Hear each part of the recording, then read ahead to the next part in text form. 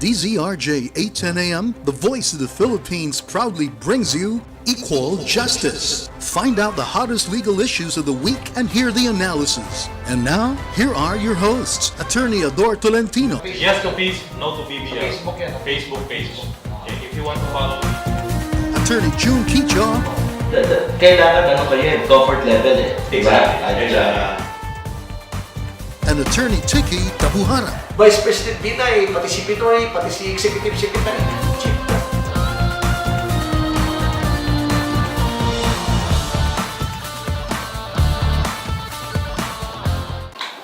Good afternoon, Philippines, and good afternoon to all our listeners. This is Attorney Ador Tolentino, and of course, with me, we have a complete cast this afternoon. Yeah.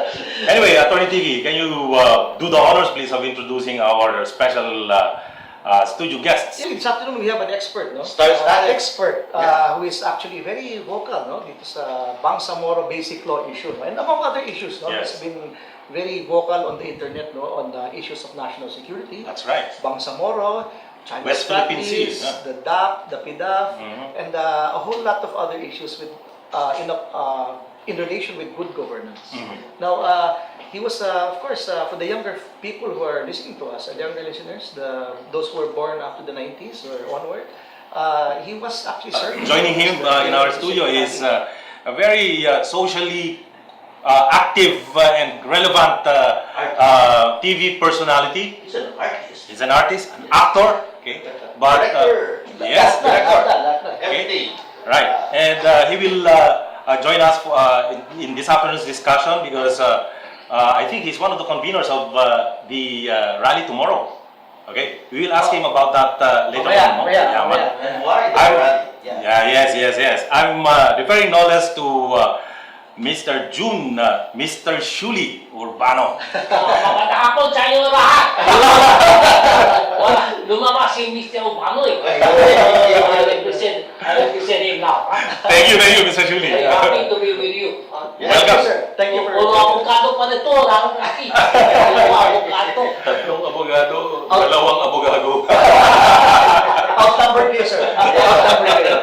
But, well, of course, our discussion is not really legal, or it's just a freewheeling discussion about the issues which have cropped up and are affecting our nation right now. And as mentioned earlier by Attorney Ador, you mentioned the Bangsamoro Basic Law, or right. otherwise known as the BBL. Right. Now, itong si Secretary Alunan has come up with several papers, no, which have been posted on the internet, and among which he says, no, itong May 24 lang of 2015, that the BBL will be the nation's undoing. It will cause, it betrays the public trust of millions of Filipinos. Mhm. It will not bring peace, and the ARMM should be retained. So, sir, maybe you could just explain briefly at the beginning why is it that you obviously oppose the BBL?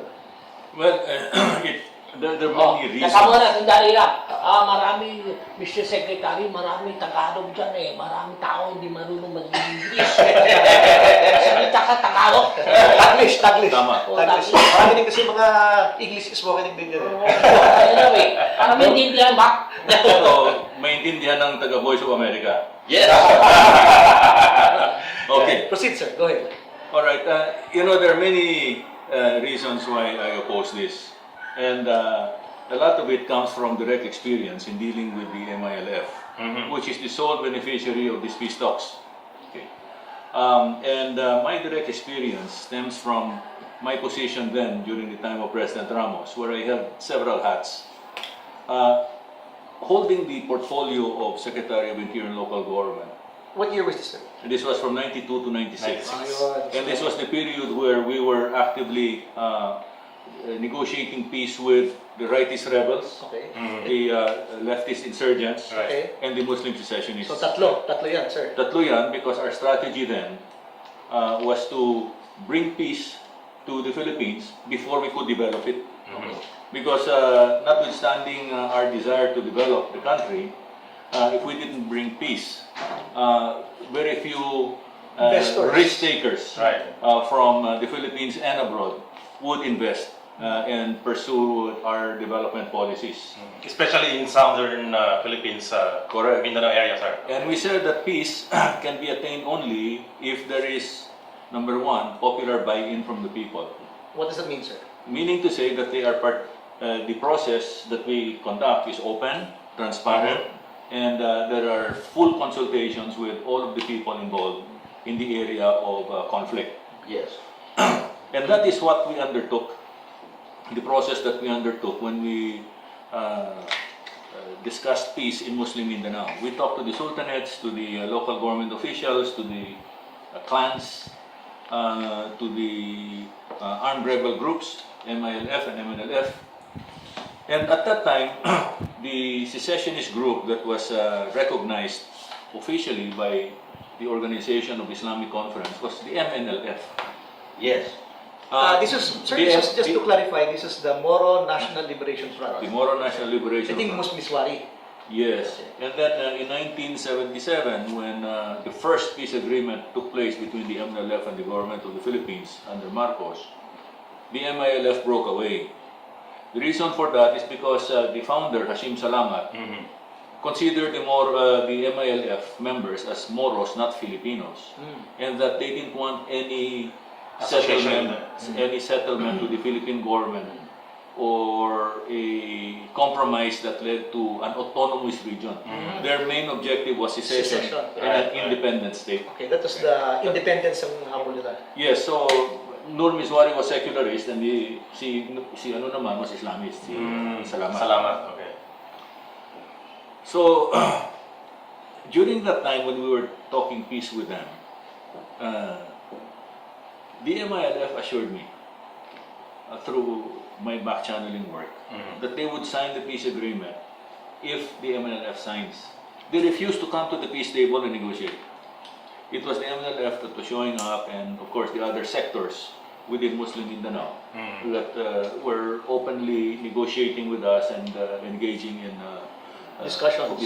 Who were these negotiations, other? etc. Who were these other sectors? The sultanates, the clans, the local government officials, etc. How about the Lubats? The Lumans, yes, of course. They were all consulted. They were all part because all of the sectors living within Muslim Mindanao, okay, we're not 100% Muslim. Yes. No, there were Lumans, there were Christians, etc. So they had to speak up. Because I think one of the comments, very important points raised by the MILF with regard to BBL is that it is inclusive as opposed to the ARMM, which was exclusively run by the MNLF. Well, they're changing the narrative. It is the peace process conducted with the MILF since the time of Gloria Arroyo that was exclusive, not transparent, and not consultative. That's the reason why the MOA AD during the time of Gloria Arroyo General Esperon. it was struck down by the Supreme Court and it was brought there because they, no less than Conchita Carpio Morales, who was now a justice, Right. and is now our ombudsman, called the entire process furtive, that it was imbued with hidden agendas, and therefore we would not serve the national interest and the common good. So the Supreme Court struck it down. Now the BBL is a mirror of the MOA AD, and the process that was undertaken was no different from the one that was undertaken then. So that's the reason why many sectors who oppose the peace process, the way it was conducted, and the final outcome, which is the CAB and the BBL, would like to bring this up to the Supreme Court, using the MOA AD as the legal precedent. The previous Supreme Court decisions. Previous court decision to say, well, it is an exact. Is it pretty much the same, sir? I mean, based on your comparison, you've read both the process that was undertaken. agreements are pretty much the same. No. The process that was undertaken was basically the same. It was not open. It was not transparent. Closed doors. It was exclusive. Exclusive meaning to one group. MILF lang. Yes. Okay. Why do you say And it's then- not transparent and it's very exclusive? Because there are very few people to this day from across the country, and including Muslim Mindanao, that don't know what was undertaken. They were not consulted. They themselves say that. They were not consulted. The MLF was not consulted. The Sultanate was not consulted. The Lumad say they were not consulted. Right? The Christians say they were not consulted. Right? And they don't know much about the finished product. They were the only time that they knew about it was when they said, okay, we signed already the CEP. Which is pretty much the way everybody else feels, like you and I. All right, gentlemen, let's pause for a very, very short break. Medyo mainit ang discussion dito. On Tasa Dial, we will be back after this very, very short break from the studio.